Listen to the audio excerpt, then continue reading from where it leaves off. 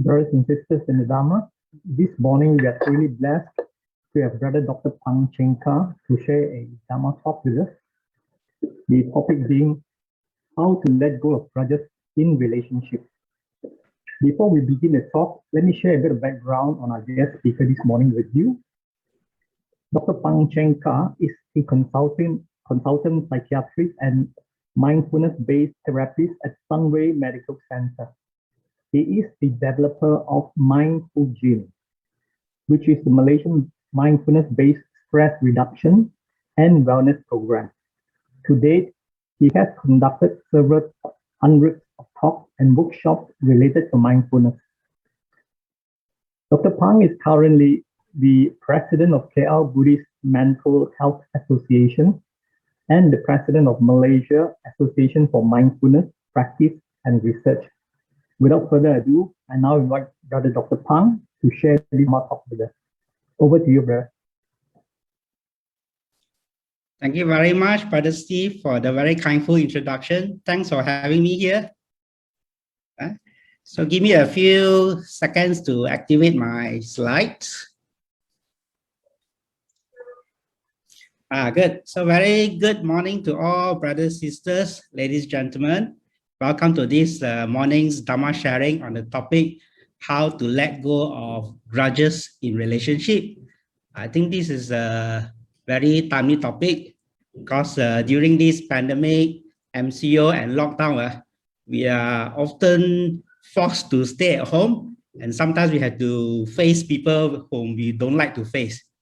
So this topic will be, this sharing will be useful in case you are trying at home and you face people whom you don't like to face. Then in this talk, we'll learn the Buddha's advice on how to cope with that. I would like to dedicate this talk to my mom and of course to all of you, wishing all of you happy Vesak. Hope it's not too late. Also to wish all of you, may all of you be safe, healthy and happy. So this topic is on grudge. On grudge, let us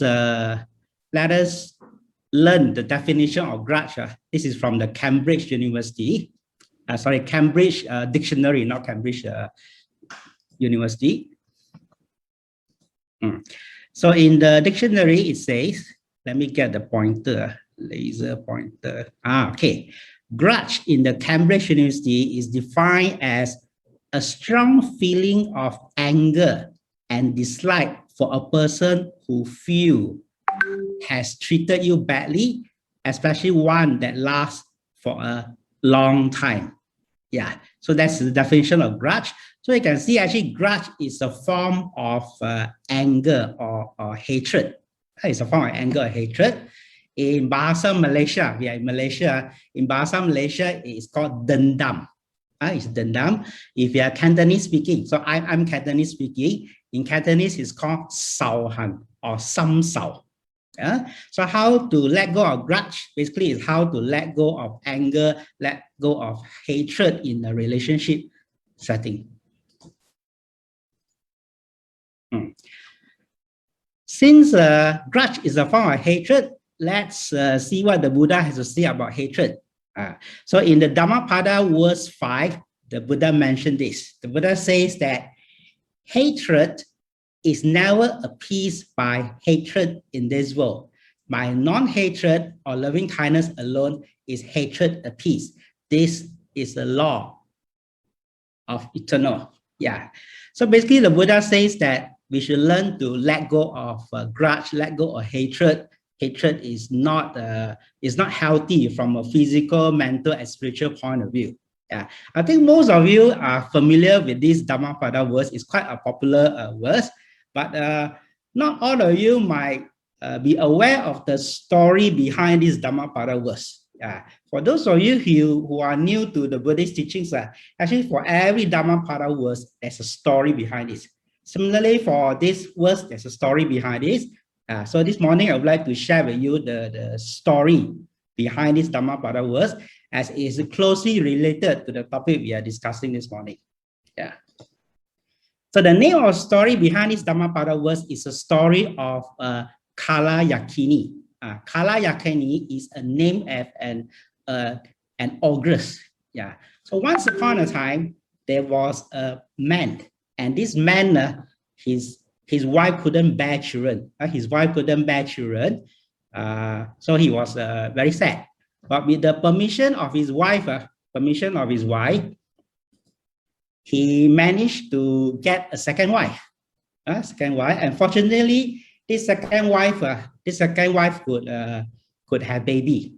Yeah, could have baby. But unfortunately, the first wife was actually jealous of this second wife.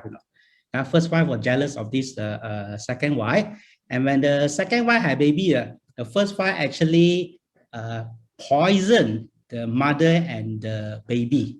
So the baby died. The baby died, and this happened for happened many times. In fact, the poisoning didn't happen only once; it happened many times. Until the last time, actually, the babies died, and the second wife also died. But before the second wife died, she sort of said, "I will take revenge. I will take revenge. Even if I die, I will come back after you. I will take revenge. I won't just let go like that." In Cantonese, I'm Cantonese speaking. In Cantonese speaking, it sounds something like that. It's like "死都唔放過你." For those who speak Cantonese, so I will never let go of you. I will come after you. Yeah. So in the subsequent lifetime, the first wife and the second wife, they were born as the hen and the cat. That is one lifetime. And in another lifetime, they were born as the cheetah and the doe. And in one life after another life, they kill each other's babies. So I kill your babies and you kill my babies. So that happened for a long time, life after life. And during the Buddha's time, during the Buddha's time, the second wife was born as an ogress. Was born as an ogress and the other wife was born as a daughter. Was born as a daughter of a wealthy man, a nobleman. Okay, and then of course the jealousy went on, and the ogress wanted to kill the mother and the baby.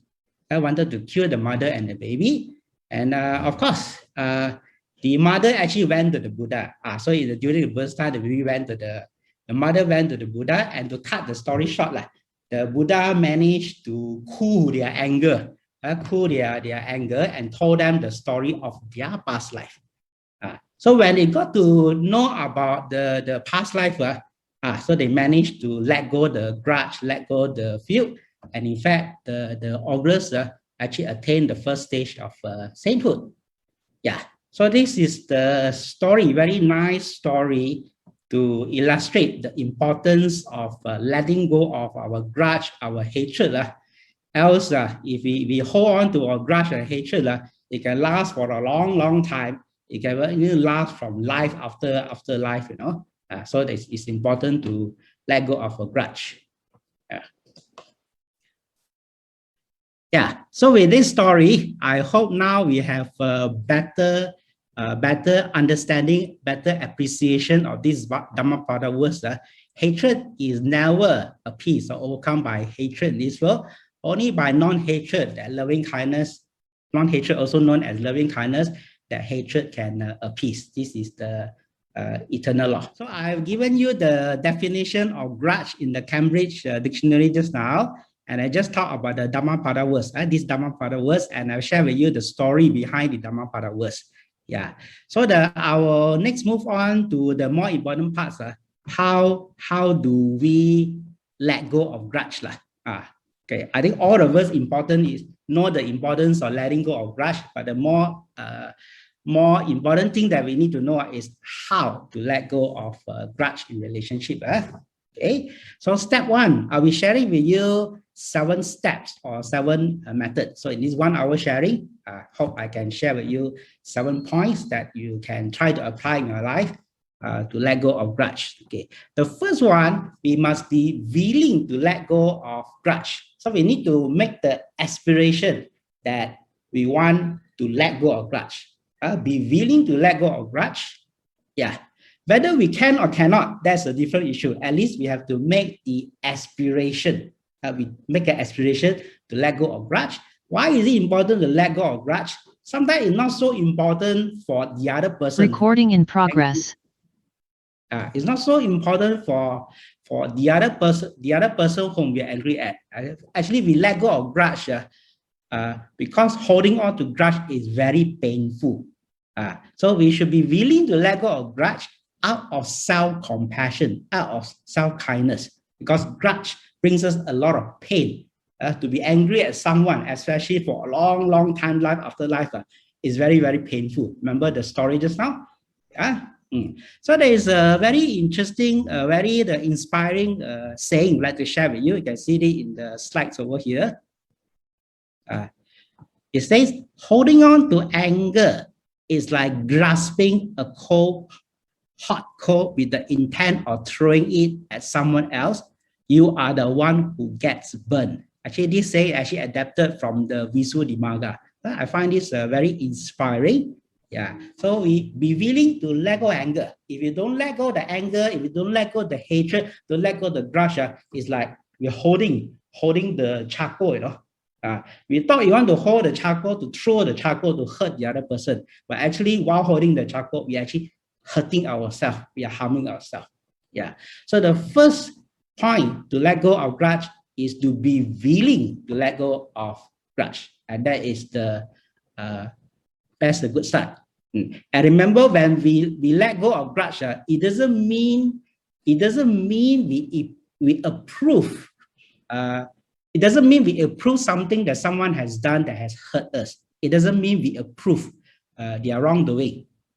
We are willing to let go out of self-kindness, compassion. So we want to free ourselves from pain and free ourselves from suffering. Okay, that's the first point. Okay, the second point, the second way to let go of grudge, to cool the fire of grudge, is by the practice of mindful breathing. Mindful breathing is useful to help us to calm the mind. So I noticed that when I'm attacked by grudge, when I'm suffering from grudge, when I have the grudge feeling, if I need to let go, if I can calm my mind, it actually is easier. Yeah. So there are many ways of doing mindful breathing. I'm going to share with you one method here, and this method is called the slow, deep, and mindful breathing Qigong style. There are many ways to do mindful breathing, but the method I'm going to share with you is called the Qigong style. Okay, so how do you do mindful breathing, the Qigong style? I'm going to show you in this video clip. As you're seeing it, you may want to follow as well. So mindful breathing, Qigong style.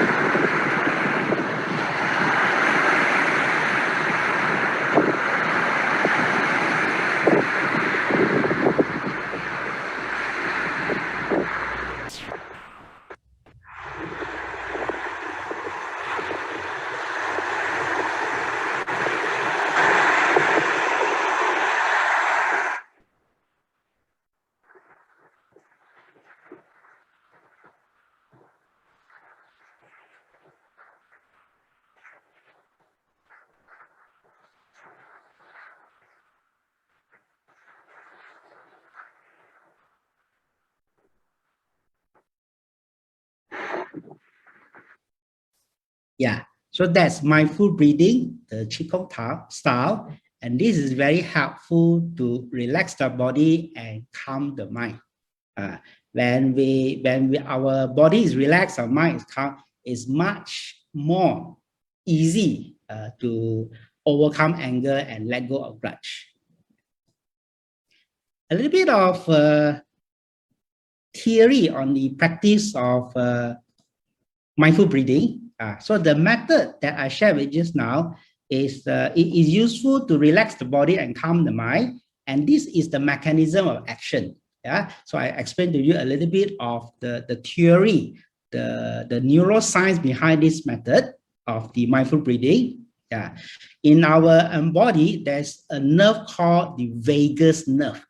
In the vagus nerve, actually in our brain, there are 12 major nerves. In our brain, there are 12 major nerves, and one of the nerves, the 10th nerve, is known as the vagus nerve. And this is actually the longest nerve, nerve from the brain. And this nerve actually extends from the brain to every part of our organ and system in the body. From the nerve, extend to every part of the organs and system in the body. Okay, and one of the function of the vagus nerve is relaxation. The function of vagus nerve, one of the function, it has many functions, and one of them is for relaxation. And the mindful breathing practice actually stimulates the function of the vagus nerve. So there's a nerve for relaxation, and the way to stimulate the vagus nerve is by mindful breathing. The method I taught you just now.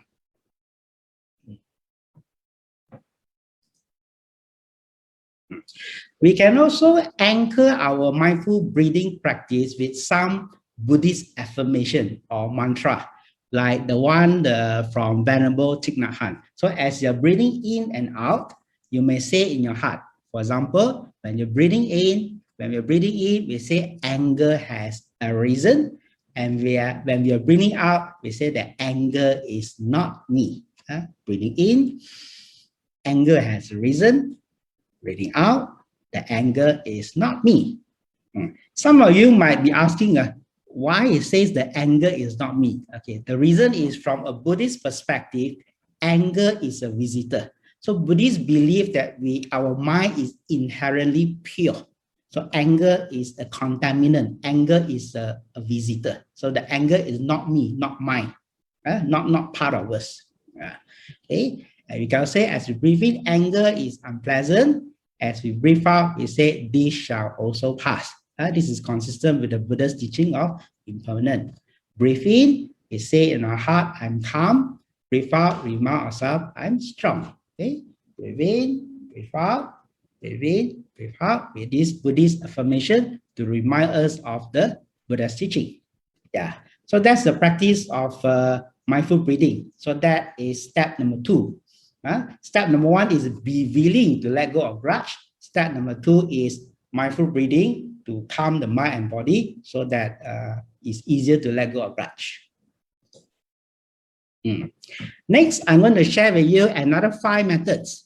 Yeah, I say I'm going to share 7 methods today. I already mentioned 2. 5 more methods actually come from the Agatha Vinaya Sutta, which is found in the Anguttara Nikaya. So in the Anguttara Nikaya book of the 5, the Buddha actually gives 5 more methods to help us to let go of grudge. Okay, these 5 methods are loving kindness, compassion, equanimity, pay no attention, and reflect on karma.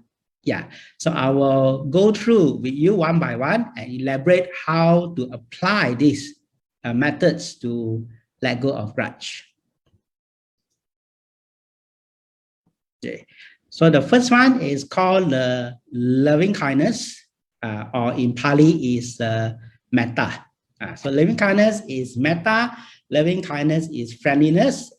When we cultivate the power of friendliness, the power of kindness, the power of compassion, if we put this into practice, we generate this power of loving kindness.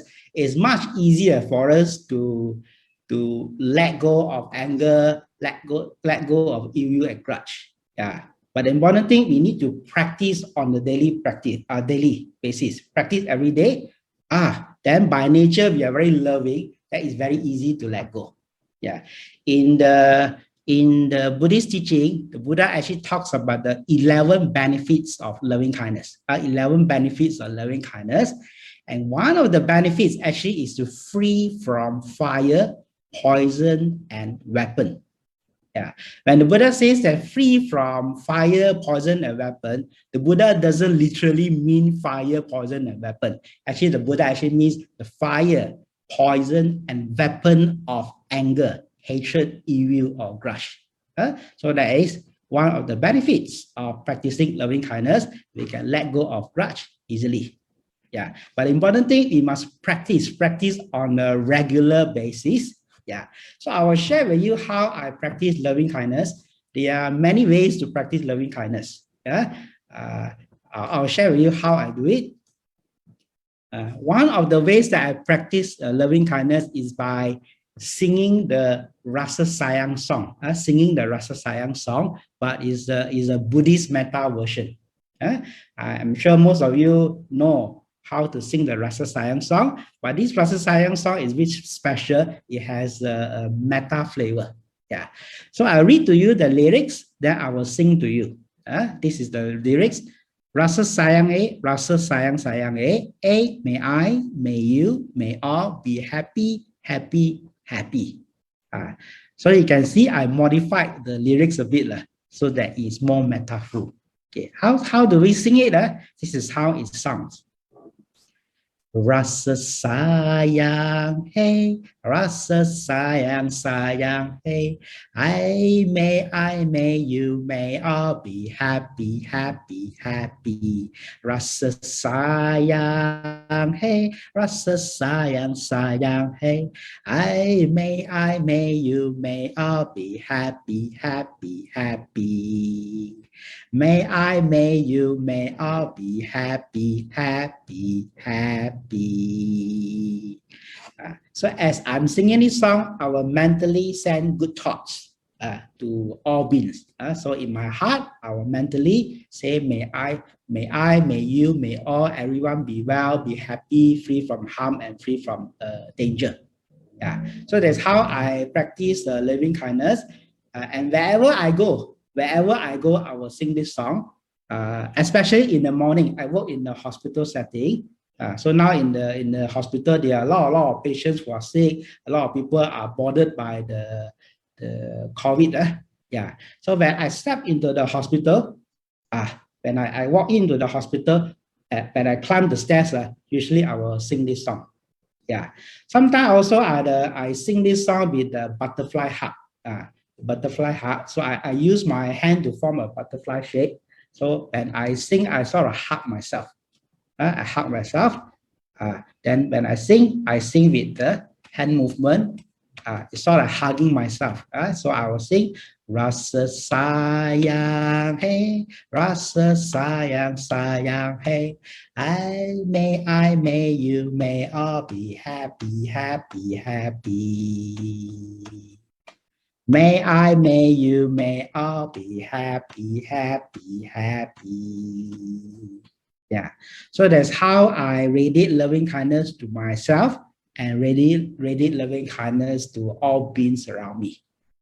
So that is one of the ways to generate the power of loving kindness, the power of compassion, the power of friendliness.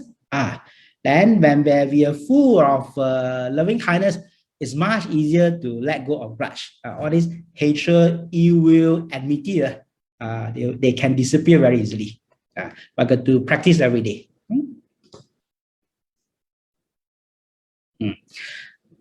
Also under loving kindness, another way of practicing loving kindness, besides singing the loving kindness song, Rasa Sayang song, and send good thoughts to ourselves and others, another way to apply loving kindness for overcoming grudge is to focus on the good aspect of a person. So let's say there's a person whom we dislike, we have a lot of grudge feeling. So instead of focusing on the parts that we don't like about the person, we focus on the good aspect of the person. Let me give you an example. Let's say, for example, let's say you have a lady boss, and this lady boss is a very nasty boss, very impatient, always scold you, always find fault with you. Okay? So naturally, there'll be a lot of grudge.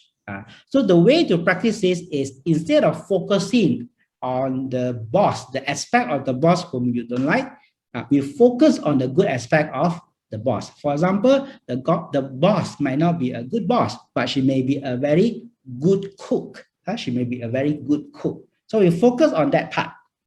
She is a good cook, a good cook, a good cook. Instead of the bad part, each time you see your boss, instead of focusing on the bad part, focus on the good part. So remember, this boss is a good cook. She's a good cook. She's a good cook. She's a good cook. That's how we remind ourselves again and again. That helps to balance the evil feeling. Focus on the good aspect of the person. Yeah.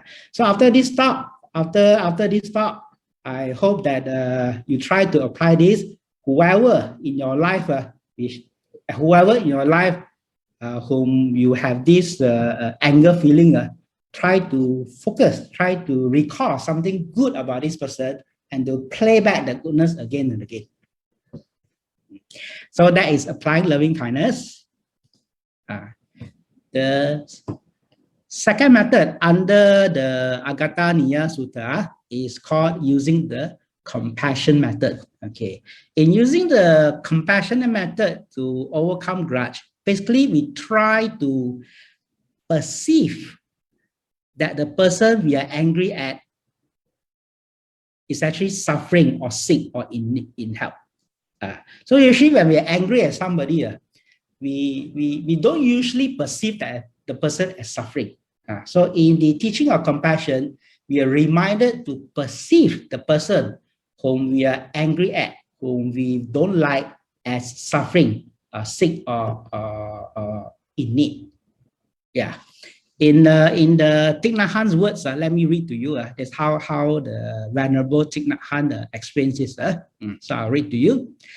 When you look deeply into your anger, you will see that the person you call your enemy is also suffering. As soon as you see that, the capacity for accepting and having compassion for them is there. Okay? Another one, also by Venerable Thich Nhat Hanh. When another person makes you suffer, it's because he suffers deeply within himself and his suffering is spilling over. He does not need punishment. He needs help. So basically in compassion, we try to develop the perception, the capacity to be able to empathize the other person, to perceive that the person is actually sick or suffering. Okay. I'll give you an example. In my personal life, I work in the hospital and I run a clinic to help people with mental health condition. And one of the symptoms of mental ill health is anger or agitation. Yeah. So sometimes I have patients who are angry at me. They might be verbally abusive towards me. Verbally abusive towards me. Am I angry at them? Do I hold grudge towards them? No, I don't. Okay, I don't. And the reason is because my mind automatically reflects on compassion. To me, the person is suffering. The person is sick. The person is not well. So when I contemplate in this way, I can easily let go of grudge. So in your life, if there's anyone whom you dislike, whom you have ill will or aversion, try to use this method. Try to recollect. Maybe this person is sick. This person is not well. That is how we apply compassion in letting go of grudge. Let's go to the third method. Third method under these 5 methods. Okay. So you have the other 4 methods. If the other methods don't work, then you can try to this method, pay no attention. This is quite simple. Basically, is to keep ourselves busy with meaningful activities. So sometimes want to practice loving kindness, a bit difficult. They want to be compassionate, try to see the suffering of the person. Well, if our energy level is good, we are in a good mood, maybe it's easy to do it. But if you're tired, not enough sleep, stressed out, sometimes it's a bit difficult to do. Maybe this is more practical. Just keep ourselves busy with meaningful activities. And when we keep ourselves busy with meaningful activities, our mind got distracted. And sometimes quite automatically, the anger, the frustration, the upset feeling will just naturally subside. However, if my suggestion is if the grudge feeling or the anger towards somebody, and this somebody is someone whom we don't meet regularly, it's sort of touch and go person in our life. We don't need to deal with this person for a long time. This method is quite useful. If the person whom we are angry at, the person whom we hold grudge towards is someone very close to us, for example, a family member, then this method might not be useful. If it's a very close family member or very close friend whom we appreciate the friendship, I would suggest it's actually better to communicate. Better to communicate. So how do we communicate our anger? So if this person, we don't see the person very regularly, just keep ourselves busy and just let it be. If the person is someone close to us, we have to learn how to communicate anger. And a few pointers here, which comes from the book Taming the Tiger Within, also by Venerable Thich Nhat Hanh. Yeah, so this is the style of communication when we want to express our anger. So when we are upset with somebody, we try to tell the person that I'm angry, I'm suffering. Try to tell the person, I'm angry and I'm suffering. It's important to acknowledge the angry feeling, the suffering. So we say, I'm angry, I'm suffering, or there is anger, there's suffering. Try not to say that you make me angry or you make me suffer.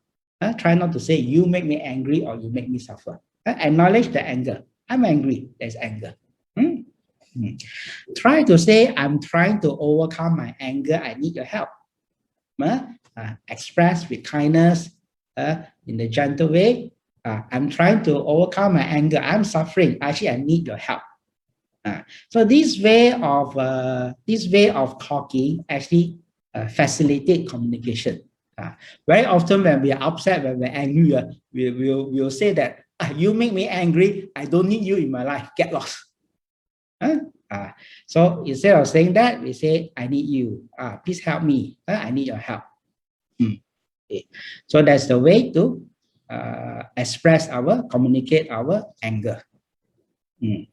So if this person, we need to meet regularly, then it's better to communicate. Okay. Another way under the pay no attention is to ignore the person. Ignore the person. Be mindful, stay calm, and be patient. Yeah. So when I try to use this method, usually usually I will recall another Buddhist story found in the Buddhist story found in the sutta called the Vepachiti Sutta. Vepachiti Sutta. Yeah.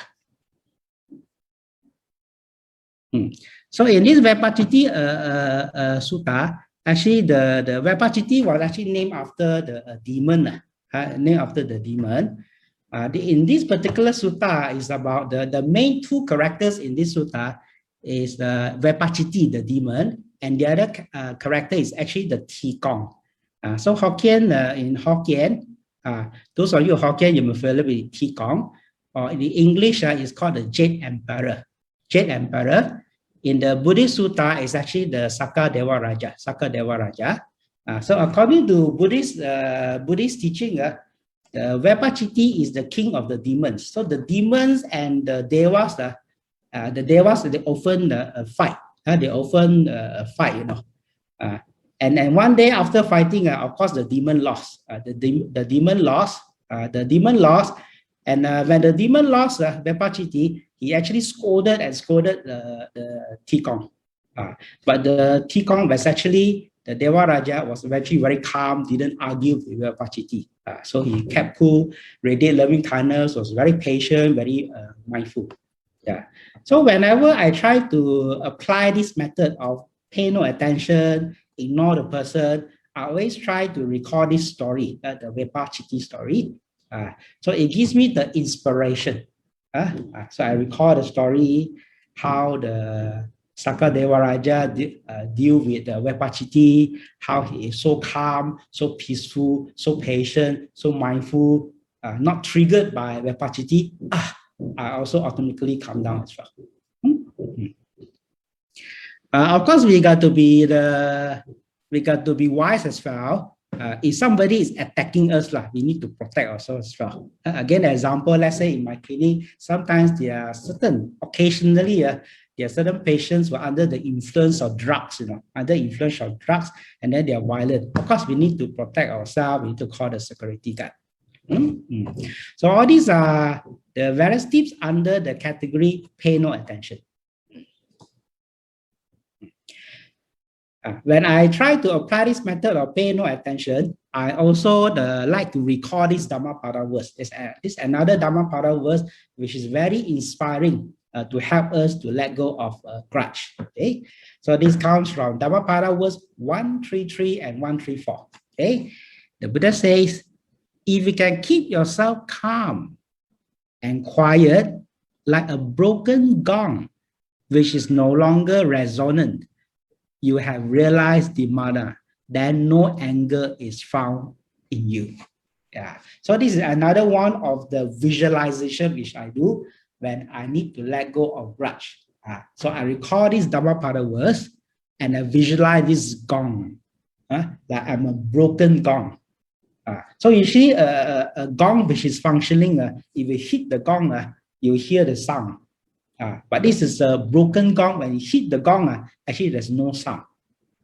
So basically, you try to say that if we are patient, if we are calm, and people try to trigger us, we won't be reactive. There's no reaction. We can remain calm, peaceful, and patient. So you can try out this method as well. Visualize the broken gong. Remember this Dhammapada verse, this 133, 134. Earlier, there's also another Dhammapada verse. So you can try to remember these Dhammapada verses, have this kind of Buddhist visualization to help you to overcome grudge when you are disturbed by it. Okay, next one. Okay, next one is under the equanimity. Okay, under equanimity is to stay calm. Use various methods to stay calm. Of course, earlier I have taught you the mindful breathing method, the Qigong, to stimulate the vagus nerve so that it can relax the body. You can use other methods. For example, sometimes I listen to chanting. And my favorite chantings are the Metta Sutta, Ratana Sutta, and Heart Sutta. You may have your favorite sutta. So yours and mine don't have to be the same. You choose something that you resonate with, something that you feel peaceful, feel calm, feel relaxed whenever you listen to it. Another way is to reflect that everything happens with a good purpose. Whoever who has triggered you, whoever has done wrong to you, one of the ways of reflection is to reflect that, is to reflect along the gratitude. Is like sort of telling ourselves, I have learned something from that. Okay, although I don't approve what you did, I don't like what you did, but at least I learned something from the experience. I gained something for it. Sort of like there's a silver lining in whatever that happened. Maybe give you a very specific example. When I was a junior doctor, when I was a house officer, I still remember there were doctors. There were doctors who actually bullied me. I still remember that. Okay, am I angry at them? No, I'm not angry at them. I remember, but I've forgiven already. So the memory is there, but the grudge is not there. Only memory, no feeling, no grudge. So the way I reflect with equanimity. So I tell myself, okay, at least I learn from them. I learn patience. So that helps me to cultivate patience. And I told myself last time, when I become a senior doctor next time, I will never be like them. Okay, when I teach, I will be patient. I will teach with compassion. I will teach with kindness. So that's how we reflect on equanimity. That's how we can tell ourselves that everything that's happened. People who have hurt us, they actually teach us certain valuable lessons as well. That's how we reflect on equanimity. Another way to reflect along equanimity is to remind ourselves that all of us will die. All of us will eventually die. In fact, there's a Dhammapada verse that remind us. So in Dhammapada verse 6, the Buddha says that we must all die. People other than the wise do not realize. We in this world must all die, and not realizing it, continue their quarrels. The wise realize it, and thereby their quarrels cease. So if you can reflect on death, then it's easier for us to let go of the petty things in life, easier for us to let go ill will, grudge, aversion, thing. Reflect on death. Okay, then the last method. Okay, last method is to reflect on karma. Okay, how do we reflect on karma? How can we use that reflection to let go of grudge? Okay, there are a few ways. Okay, I will share with you 3 ways, all related to reflection of karma to help us to let go of grudge. Okay, the first way is to think that, to reflect that, I don't have to take revenge myself. Okay, I don't have to take revenge myself. For example, in a situation, let's say you are the victim. Let's say you're a victim of domestic violence. Then you can try to reflect. Karma will take care of the person. I don't have to take revenge. If I take revenge, then I will generate bad karma myself. So karma will take good care of the person. I don't have to do anything.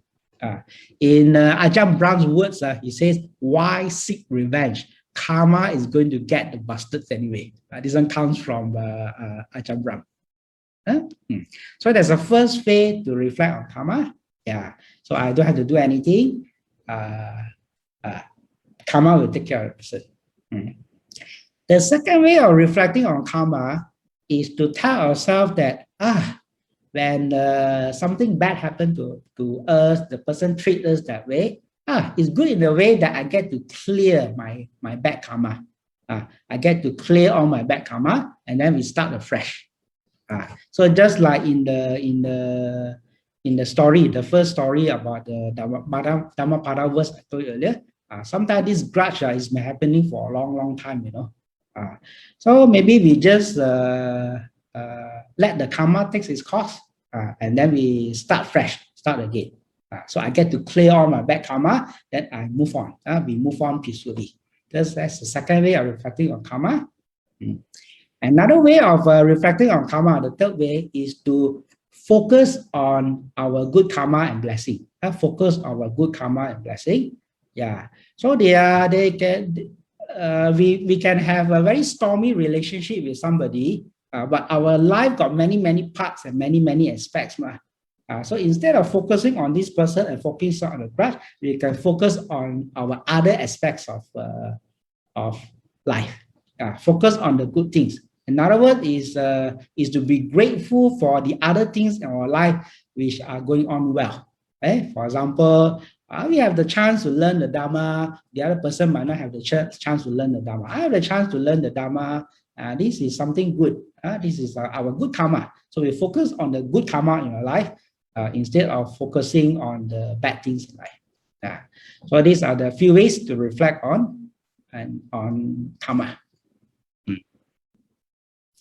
Okay, I've come to almost the end of the talk. I've covered in total about 7 methods. Okay, before I end the talk, let me summarize to you the 7 methods.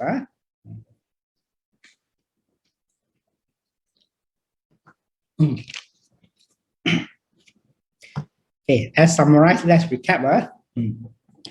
The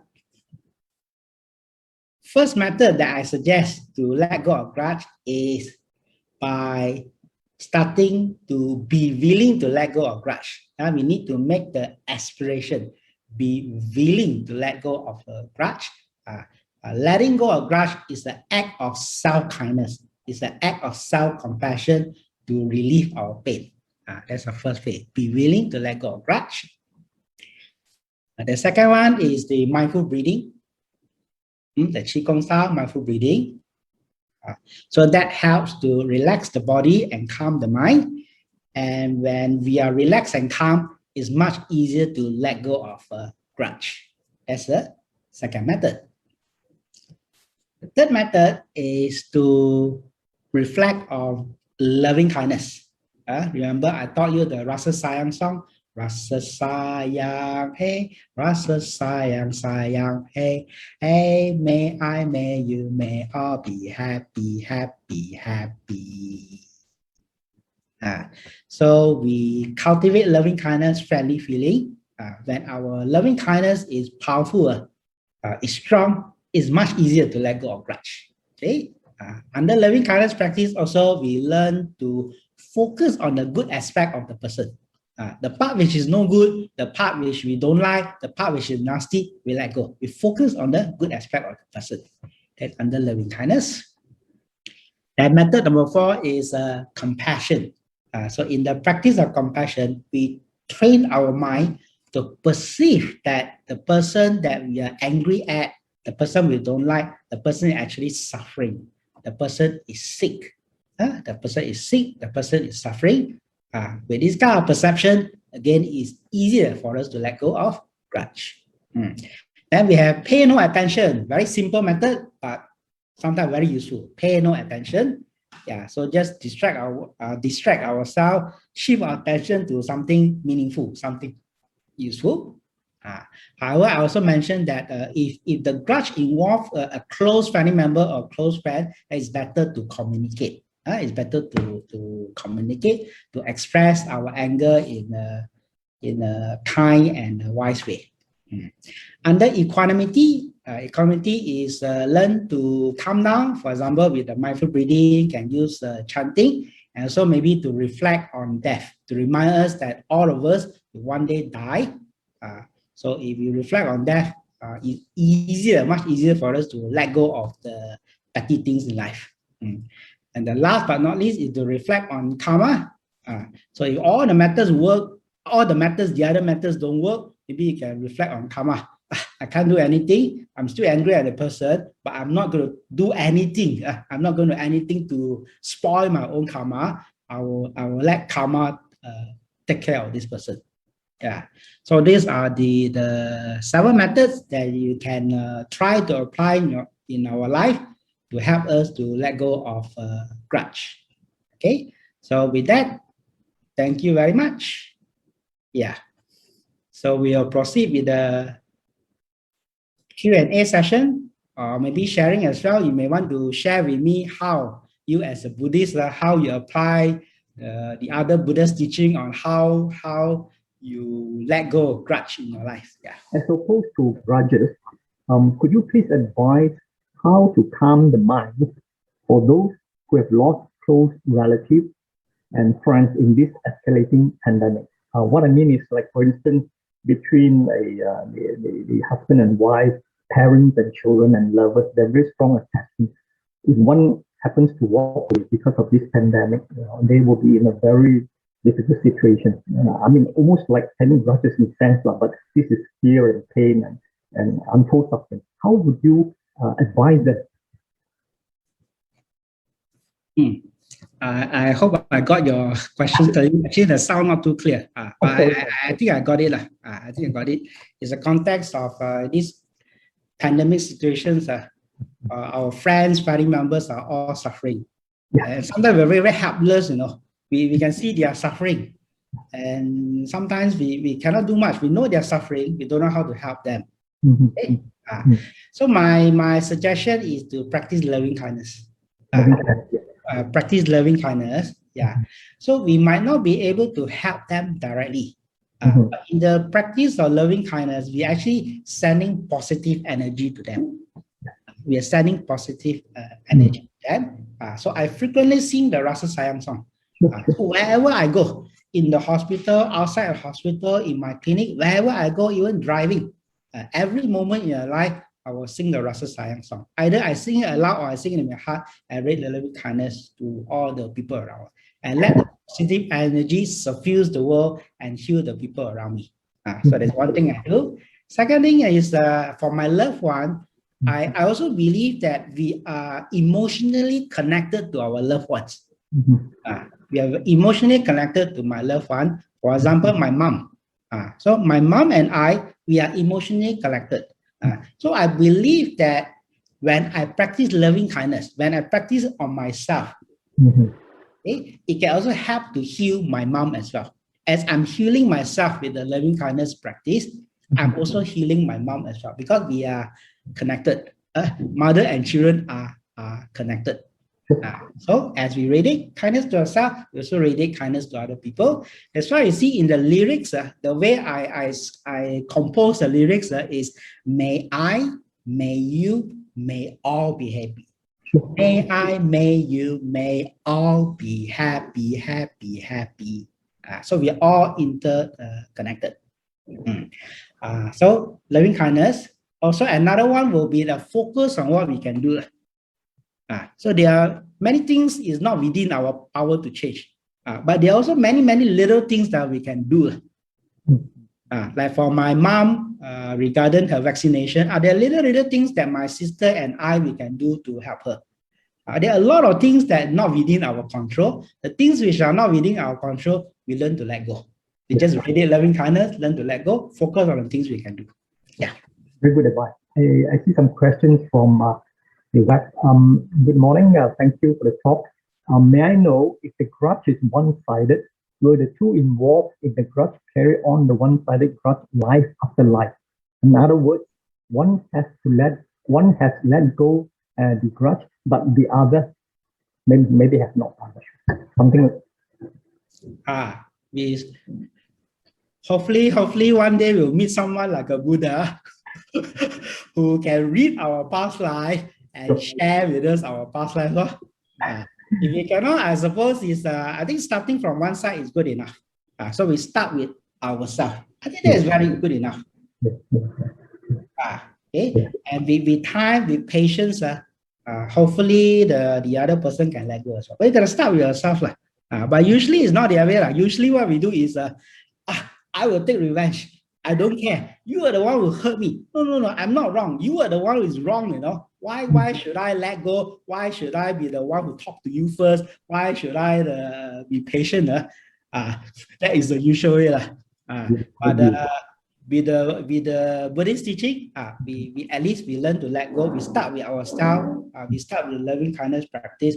I think that's good enough. With time, I'm sure the grudge will eventually become less and less. Absolutely. You know, I remember you saying your Cantonese. This is always being said. They always say "Yun Yun Xiong Po Ho Si Liu." Yes, Yun Yun Xiong Po Ho Si Liu. There's also another Cantonese saying. You know, in certain families, in fact, for friends and for colleagues and friends, sometimes it's easier to let go of grudge because those people, they just come and go in our life, you know, just touch and go. But if you involve a family member, it stays with you. Especially parents and children. At least for spouse, it's still possible to have divorce, but you can never divorce the children, you know. You can never divorce the children, and sometimes you're stuck, you know. Chinese say is like some parents and children just stuck. Is like people say 前世唔收啊, always 鬼打鬼, 前世撈連骨頭, 鬼打鬼, this is a few. So family members have to learn to express, learn to talk, because they just cannot just ignore, because sometimes ignore we actually generate even more grudge, more stress, more anger and evil. Very true. Very good advice. Yeah, I mean, in a lifetime, I've seen people who are really in family. Some are very good together, but some also like always at loggerheads. This is life. And there's another question here. Dear Dr. Pang, anger, I think, can use the methods you have recommended. May I know whether can use the same methods for anxiety? I mean, we talk about anger, but now this person asked about anxiety. Can we use the same method you mentioned? Yes and no. Yes and no. Yes, some of the methods I mentioned still apply. For example, we must be willing to let go of anxiety.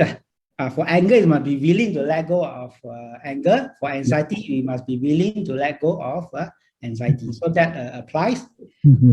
Mindful breathing method applies for anger, also applies for anxiety. Okay, so several methods you can apply. But if you want to be more specialized, anxiety, the nature of anxiety is different from anger. So we want to attend my talks, or go to my Mindful Gym YouTube channel. I have certain talks and workshops is specifically more for anxiety. Okay. For example, if you can go to my YouTube channel, I've given a talk called Kindfulness. Kindfulness for stress reduction. It's been uploaded. I gave the talk in BGF Center. It's been uploaded in the Mindful Gym YouTube channel. Kindfulness for stress reduction. That one is more specifically for anxiety. Okay. Thanks for the answer. I think there are just another two more questions. I hope let's have a look. This from Facebook. How to train younger generations to be more loving, with more loving kindness when there are many of them who are indifferent and also careless these days, especially maybe to the older folks. Just for younger generation, especially the very young ones, I start with ourselves. Youngsters don't like to be told. So we try to educate by example. So we lead by example. That's for youngsters. Yeah. Okay. I think there are two more questions. Let me quickly just go through this. Dr. Pang, I agree with you on your method. And as for me, being in the construction industry, this person is in the construction industry. We have many grudges while doing our work, protecting each other company via contractual obligations, the legal obligations. But I think letting go is sometimes painful, and in terms of monetary, this is about money terms and impacting the company. Still, he practiced non-confrontational methods, but it does not seem to end. What will be your advice going forward? Anger and anxiety prevails when we face this issue. Sorry, this is a bit lengthy though. This is about the construction industry where there are always some grudges, and some are settled using legal terms, some have to pay money, but then it's forever problems are there. I do not know in details about the situation, but I try to empathize and visualize, imagine in my situation. So in my clinic setting, in my hospital setting, I am trying to relate to the person asking this question. For example, okay, I'm grateful to say that I'm a good doctor. I follow the Buddhist teaching. I try to be the best doctor, to be caring, to be compassionate.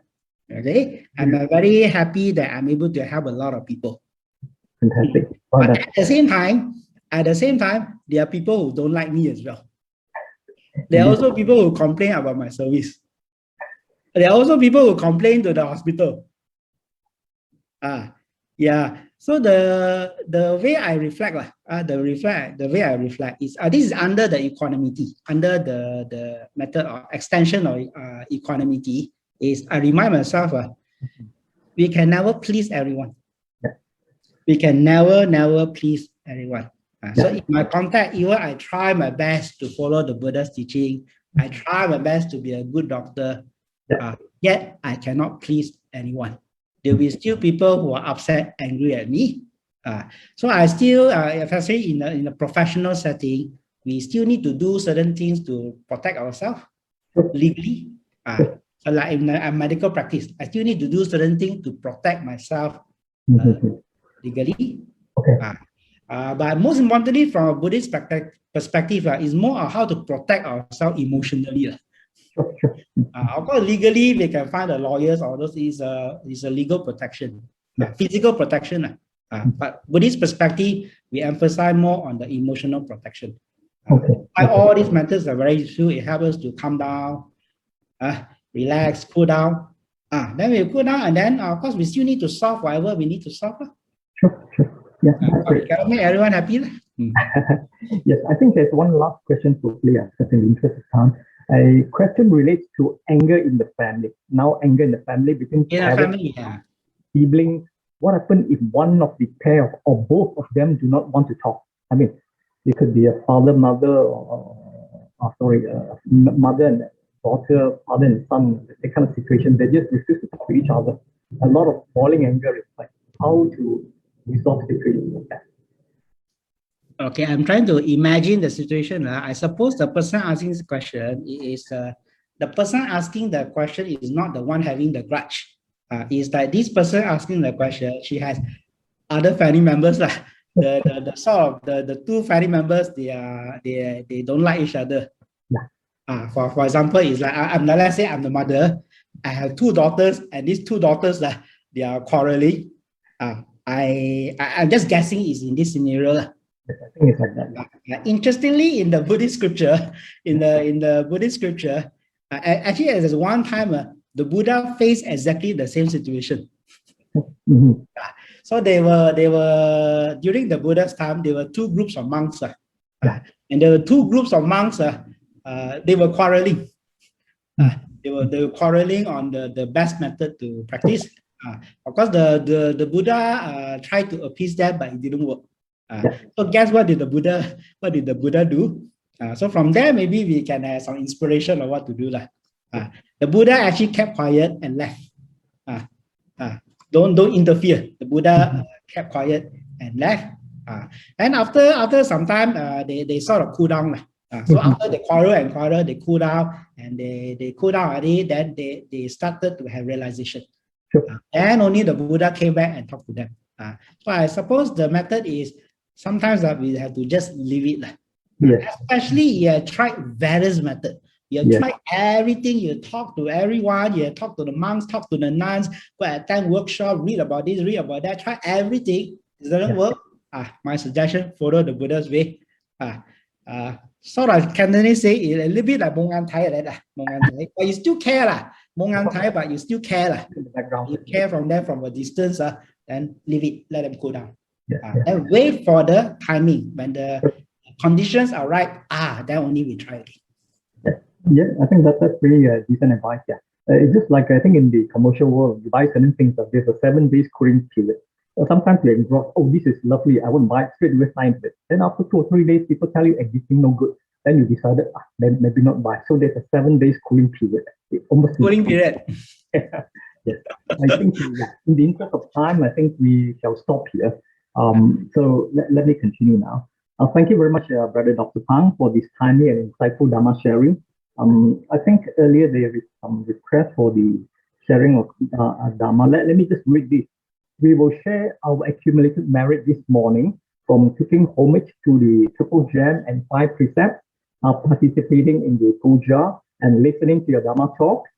May all these merits be shared among those who are suffering from COVID-19, and may they have a speedy recovery.